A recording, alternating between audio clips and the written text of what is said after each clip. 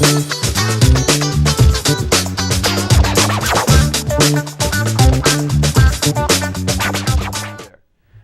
I made up this fun little groove here, so you can kind of hear, maybe with a little bit more of a band playing it, okay? So here I am playing along with my loop station. 2, 3, 4.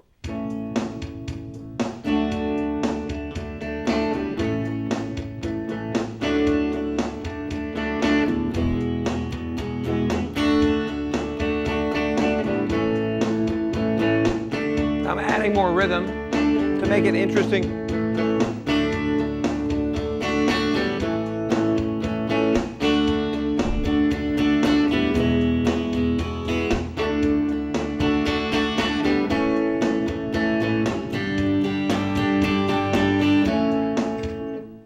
Okay, so I'm just playing along with these open string chords, but you know, with the simple 8th note groove of the bass and a nice little drum beat from my loop station. It sounds really fun. It sounds like music now, and all we're doing is playing open string chords.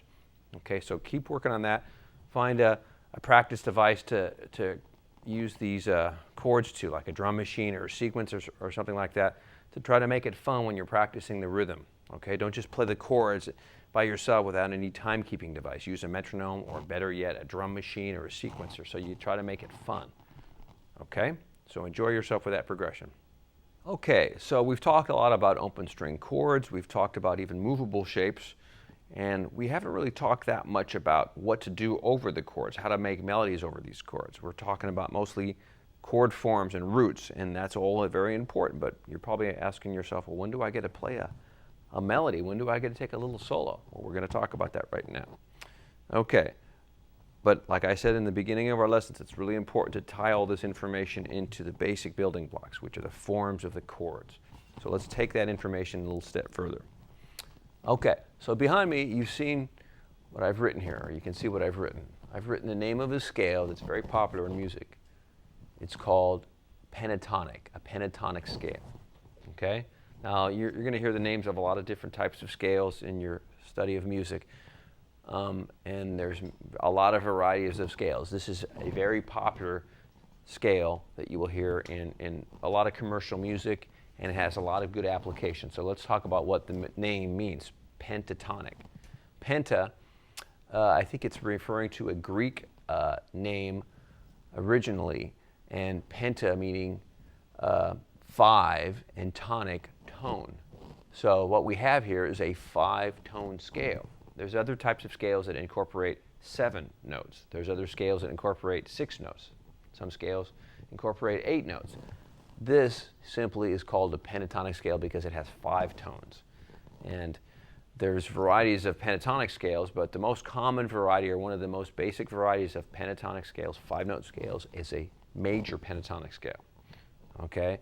Now, you can see what I've written right here, C major pentatonic scale. Let's examine what a C major pentatonic scale is, how it's constructed, and what is inside the scale. Okay, first we know already that's 5 tones. Okay, now notice I didn't write 1, 2, 3, 4, 5, because I've written numbers underneath the tones of the scale to indicate what the tones are in relation to a scale, a major scale. Okay, we're going to talk a little bit more about major scales in another lesson, but I'm just going to tell you right now that the first note of the pentatonic scale is called the tonic, or the root. Okay, so in the case of C major pentatonic, the first note is a C note. Okay, the next note, the second degree of the scale, is also the second degree of the C major scale. Okay, so that actually is one and the same. The second note is the second degree of the scale, of the major scale. And interestingly enough, the third note of the major pentatonic scale is also the third note in the scale. It's for the third note of C major, and it's the third note of the pentatonic scale. It's basically the first 3 notes of a major scale. So it starts to sound like it's going to be a major scale, but here's where it's different. Okay, a major scale you might recognize would have this sound to it, right? But what happens in a pentatonic scale is we get rid of one of the notes. There used to be a note right here in a major scale, But we're going to get rid of it, and we're going to only play 1, 2, 3, 5. Okay, we get rid of the 4th degree of the scale, and we leave the 5th in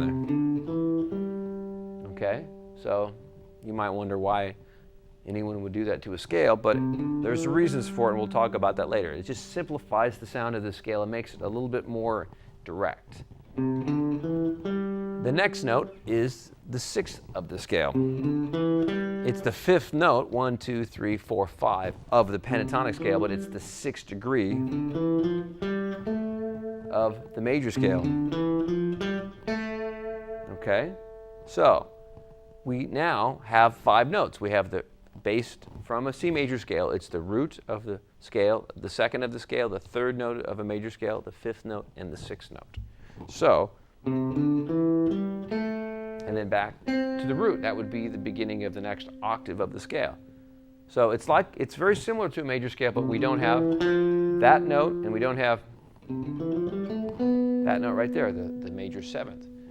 We've taken away the 4th and the major 7th, and now we have a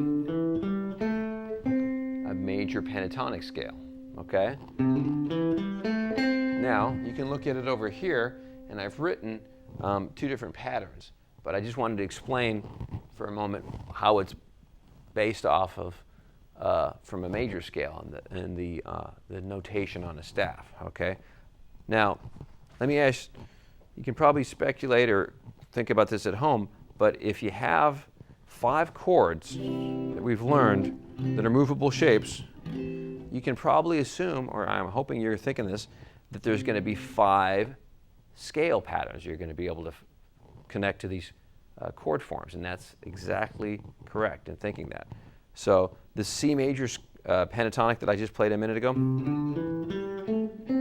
you might see the relationship very clearly to the C major chord that we learned a few lessons ago. Now actually I can go up higher on it and include the next octave, because this is 1, 2, 3, 5, 6 of the next octave of C. And there's even a few notes below that are available that are still in C major pentatonic. So the whole scale would sound like this. And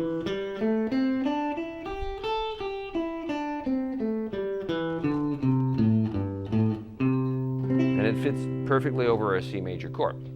Okay. Now that's just one pattern. There's actually 4 other patterns that we can learn of C major pentatonic. They're going to relate to the 5 positions of the C major chords, okay? So what I want you to do is take a look at my form over here, my diagram over here, and I've written them in another key, and I've given you 2 patterns, okay? Not the one that I just showed you right here, but 2 other patterns that are going to be very useful. We're going to also learn this one some more, but I want you to take a look at these 2 right here, okay? Notice the roots relate precisely to the roots that we learned over here. So a pattern 3 pentatonic, in this case it's A, fits in precisely into a pattern 3 chord form. You see how that works? You could even see there's a major chord inside of this shape, right? And this, don't think about this as the end of the neck. This could be anywhere on the neck, but in this case, if you want to call it A, then this is the 5th fret right here. Okay, so now let's go over this pattern. It's still a 5-note scale. In this case, it's from the key of A, and the root is right here. But it's going to sound exactly like this in terms of the relationship of the notes, but now it's going to be starting on A on the 6th string, so it's going to sound like this now. So there's A major pentatonic in 1 octave. Okay, and if I continue to the next octave, right here, from here, and that works out perfectly because now I end on the high root and I started on the low root. So it's like 2 octaves.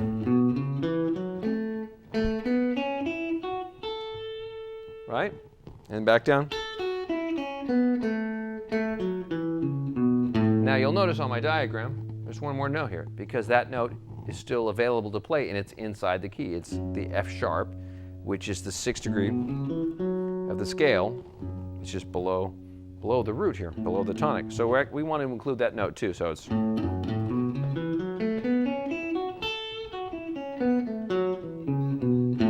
And notice again how perfectly it fits over the major chord in pattern 3, because it's inside of the chord, right? There's pattern 3 chord, here's the scale, major pentatonic.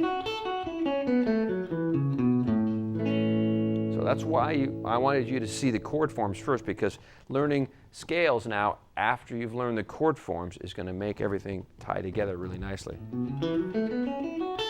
The chord doesn't have all the notes that the scale does, but you can see a lot of the shape of the scale when you hold the chord. So that's what makes it so good to learn. Okay, I'm going to show you one other pattern that's going to move you to a different position in the neck. It'll still be a major pentatonic scale, but now it's going to have a root. Instead of on the 6th string, the 3rd, and the 1st, it's going to have a root on the 5th and the 2nd, which, as you would know from looking at your root locations, it comes right out of a pattern 1 shape. Okay, so right there. So it's basically like you took the C chord, moved it up to A, and you've got your movable A form up here, and now you've got a scale that fits in beautifully over the top of it. And it's going to sound exactly like this, but it's going to be an octave higher.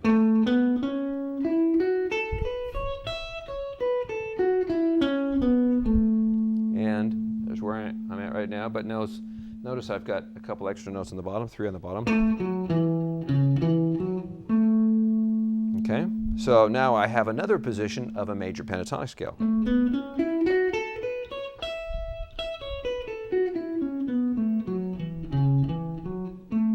And notice how I'm allocating my fingers over the frets. I have 1 finger per fret. So this is my 4th finger, my 3rd finger, my 2nd, and my 1st finger. It makes total logical sense to play it that way, right? There'd be no sense in doing something like, like this.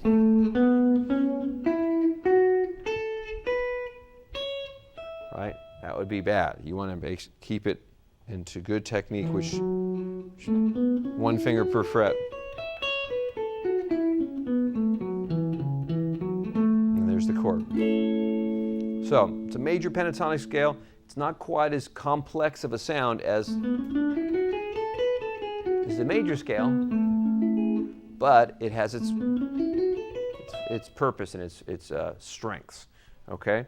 So now that we've checked out 2, in a way, almost 3 pentatonic scales, you want to try to experiment and just make a little music with these scales and have a little fun. You're going to want to practice them, with a metronome, and practice them in patterns, and practice them in sequence. And I'm going to show you a few of those, but I'm just going to give you an opportunity to play them over our progression that we came up with a while ago. And now use it to have a little fun. So we've got 2 positions of pentatonics, and we've got a progression that would be beautiful to play them over. So all I'm going to do is use these 2 patterns. I'm going to jump around a little bit because I'm going to only have this one, and I'm going to use this one, pattern 1. But you'll see, even just knowing 2 shapes of pentatonic and not really utilizing anything else, I'm going to try to play simply in the scale pattern. I'm not going to do even bending. I'm just going to show you how you can make it sound musical with just 2 patterns, playing over this chord progression. Okay, so here we go.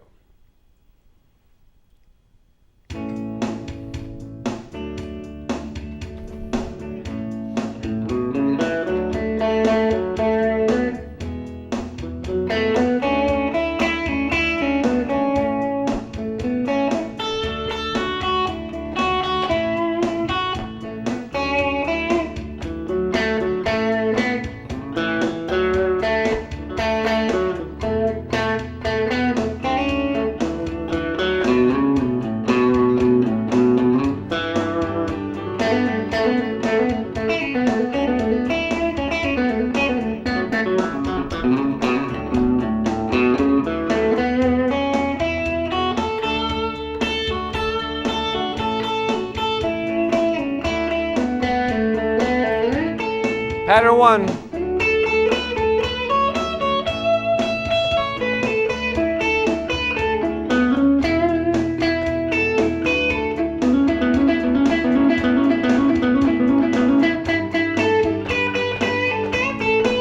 going to bend a little bit.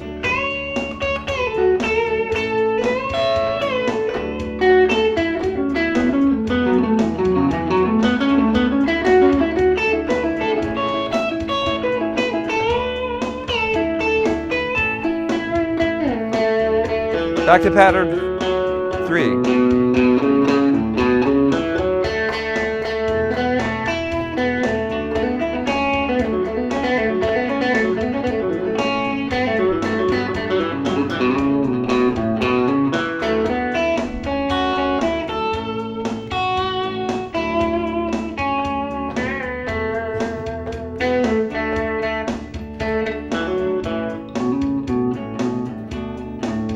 Okay? So, you can see there's a lot you can do with a simple sound like a pentatonic scale. I didn't feel I could have played a lot more varieties of things. I could have added other elements in there, but I tried to keep it just major pentatonic to show you that you can still make music with a simple scale like this. Okay?